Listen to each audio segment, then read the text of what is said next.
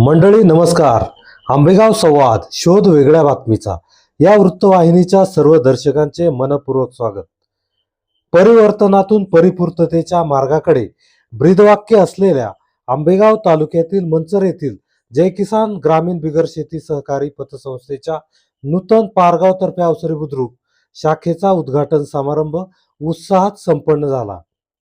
आज या ठिकाणी आपल्या सगळ्यांच्या उपस्थितीमध्ये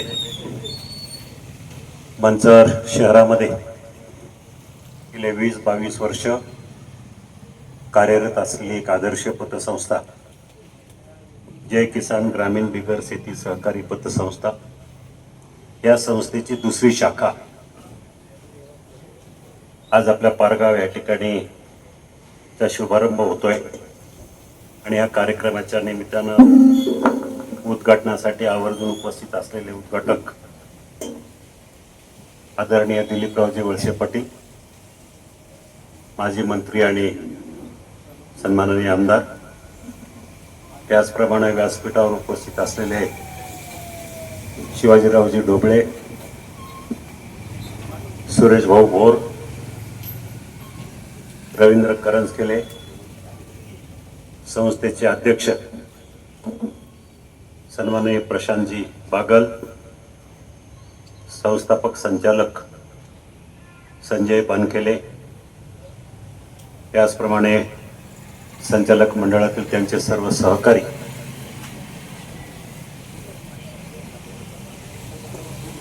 जिल्हा परिषद सदस्य राजेंद्र कावडे आणि त्यांचे सगळे सहकारी, या विभागाच्या पंचायत समिती सदस्या श्वेताताई ढोबळे, ग्रामपंचायत सदस्या रोहिणीताई देवडे, समोर बसलेले आमचे जुने ज्येष्ठ सहकारी दौलतभाई लोखंडे,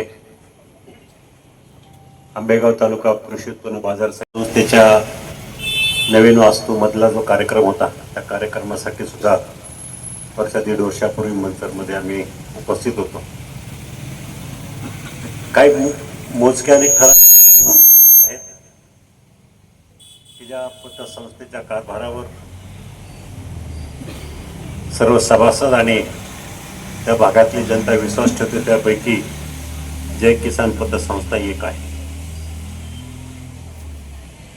आज या संस्थेच्या ठेवी एकच शाखा असताना जवळजवळ 37 कोटीच्या वर आहे.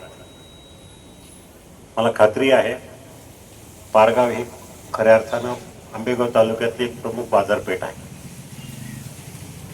आणि त्यामुळं या संस्थेची वाढ लवकरात लवकर मोठ्या प्रमाणात होईल. मला आठवत आहे ज्यावेळेला आमच्या भैरवनाथ पतसंस्थेची शाखा मी पारगावला चालू केली त्याला जवळजवळ 20-21 वर्ष झाली असतील, 15-20 वर्ष तर नक्कीच झाली. आणि आम्ही सुद्धा संस्थेची सुरुवात तर खूप वर्षापूर्वी केली, 30-35 वर्ष झाली, पण आज जवळजवळ 650 कोटी रुपयाच्या ठेवी आहे आणि संस्थेचा टर्नओव्हर जवळजवळ 1100-1200 कोटी रुपयाच्या आसपास आहे. ग्रामीण भागामध्ये खऱ्या अर्थानं आर्थिक स्रोत म्हणजे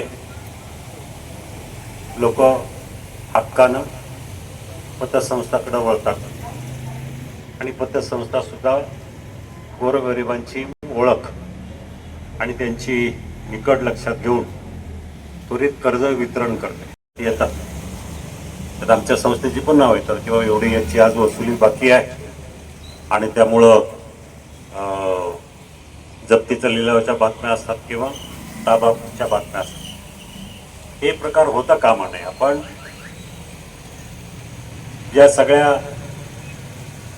राष्ट्रीयकृत बँका असतील किंवा सहकारी बँका असतील त्यांच्या माध्यमातून कर्ज घेत असताना जेवढी आपण पतसंस्थांची कर्ज भरताना दिरंगाई करतो तेवढी